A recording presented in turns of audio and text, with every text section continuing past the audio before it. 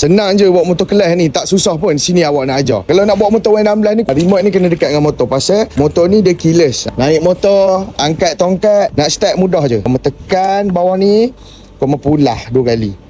Meter dah menyala. Meter dia dah menyala. Tekan start. Start dekat belah kanan bawah ni. Nampak? Nampak? Lepas tu kalau kau nak masuk gear, kau kena tarik kelas sampai habis. Kelas dekat belah kiri tau. So nak masuk gear awal-awal kau kena pijak. Lepas tu nak tengah bawa nak tukar gear kena congkek. Bila nak jalan, kau tarik kelas, masuk gear, lepas kelas pelan-pelan, pulah throttle pelan-pelan. Dia bila lepas kelas ni motor ni akan berenjut. Bila berenjut tu yang kau kena pulah throttle. Tarik kelas dulu sampai habis. Masuk gear 1. Lepas kelas. Lepas kelas terus pulah slow. Bila dia dah hujung berenjut kelas tu, itulah maknanya kau kena pulah throttle. Okey, kau kena pandai lah main kelas ni. Nak masuk gear macam mana? Okey, bila dah jalan, tarik kelas, congkek. Lepas tu lepas kelas balik, pulah balik slow. Kalau kau dapat belajar, jangan lupa like, share and comment. Bye bye.